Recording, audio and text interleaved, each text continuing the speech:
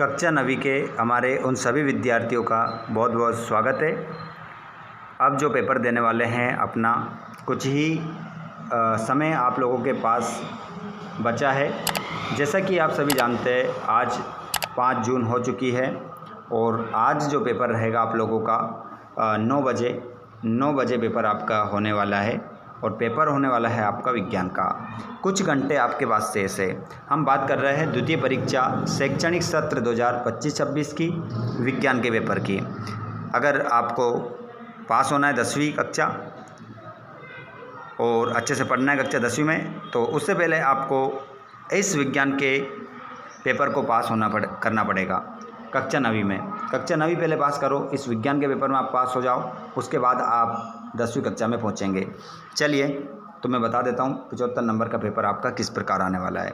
चलिए पहले क्वेश्चन से हम स्टार्ट करेंगे। अगर आप चैनल पर पहली बार आए हैं तो चैनल को सब्सक्राइब जरूर करें और घंटी के बटन को ऑल पर करें, जिससे आने वाले वीडियो का नोटिफिकेशन आपको मिल जाएगा। चलिए पहले क्वेश्चन से हम स्टार्ट करेंगे। प्रश्न क्रमांक अगर आप पहला देखेंगे, सही विकल्प चुनकर लिखिए। निम्न में से कौन सा भौतिक परिवर्तन नहीं है?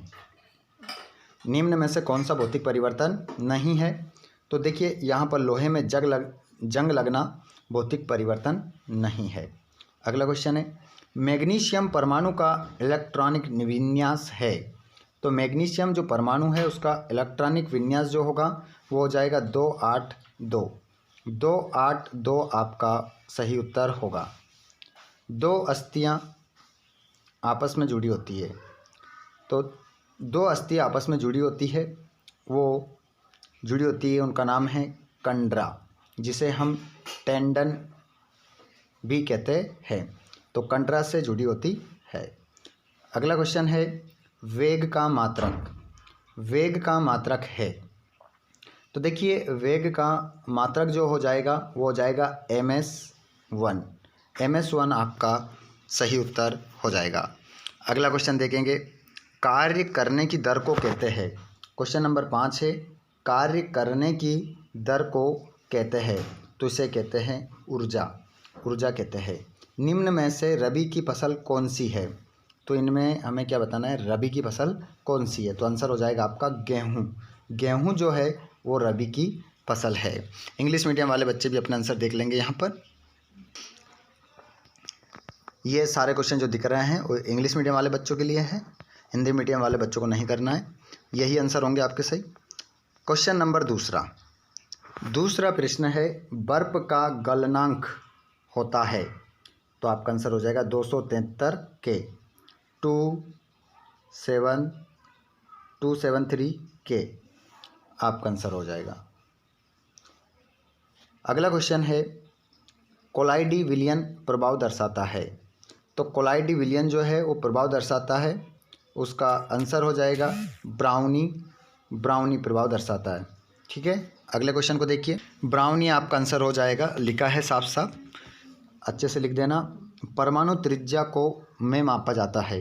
देखिए जो परमाणु त्रिज्या होती है ना, उसको एंगस्ट्राम आप लिखेंगे। एंगस्ट्राम आपका करेक्ट आंसर हो जाएगा। और परमाणु में उदासीन कण होता है। जो परमाणु होता है उसमें जो उदासीन कण पाया जाता है वो पाया जाता है न्यूट्रॉन। न्यूट्रॉन आपका आंसर हो जाएगा, लिखा है, अच्छे से लिख लेना।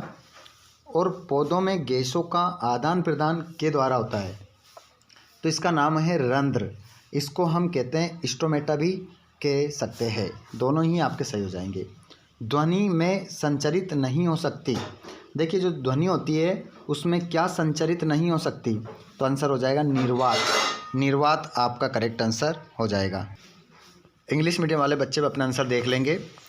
उसके बाद आपका क्वेश्चन नंबर रहेगा तीसरा, जिसमें आपको सत्य असत्य बताना है। मिश्रण का गलनांक निश्चित होता है। जो मिश्रण होता है उसका गलनांक निश्चित होता है, तो ये बात जो है असत्य इसके रूप में लिखेंगे आप। इसका आंसर आपका असत्य हो जाएगा। अगले प्रश्न को देखिए, लोहे में जंग लगना भौतिक परिवर्तन है, तो इसका आंसर भी आपका क्या हो जाएगा, असत्य हो जाएगा। असत्य आपका आंसर होगा। ओडोमीटर वाहन की दूरी, ओडोमीटर वाहन की दूरी मापता है, तो इसका आंसर आपका सत्य होगा, बिल्कुल मापता है कितने किलोमीटर चला है। दाब का ईसाई मात्रक पास्कल है, तो इसका आंसर भी आपका सत्य हो जाएगा, सही है, पास्कल ही होता है। और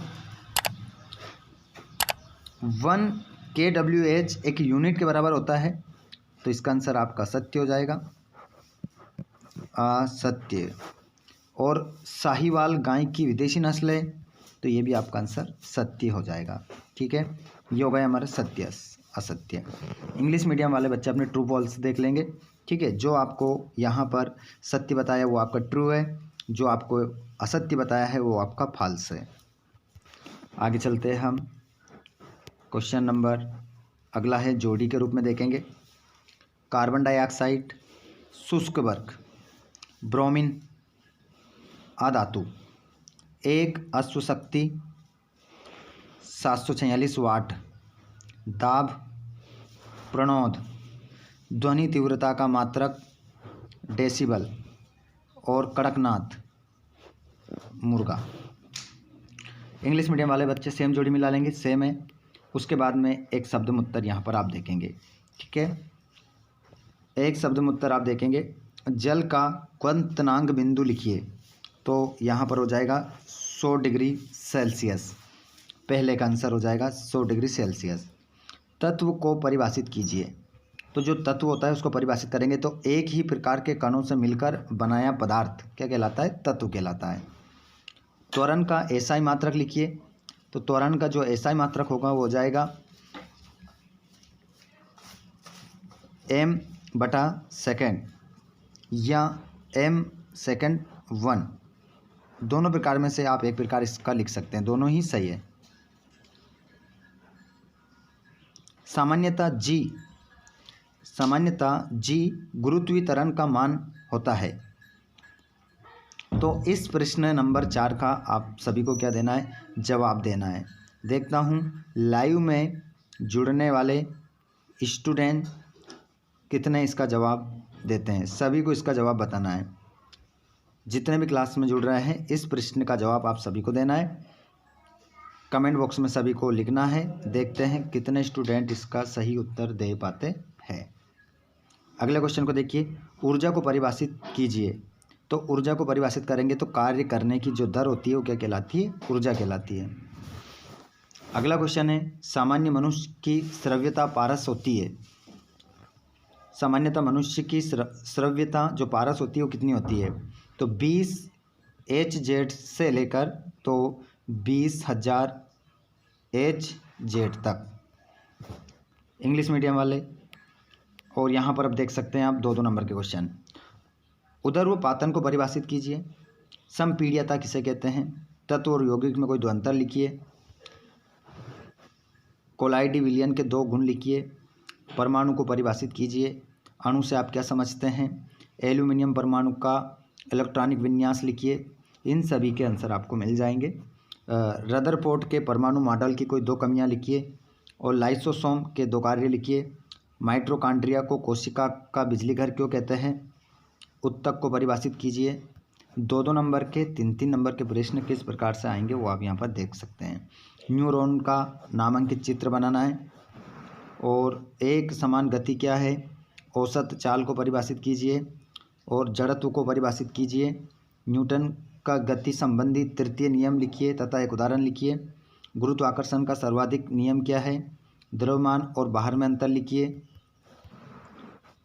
और 1 जूल कार्य को परिभाषित कीजिए। 1 वाट शक्ति को परिभाषित कीजिए। सभी क्वेश्चन है 2-2 नंबर के, 3-3 नंबर के भी आप देख लेंगे।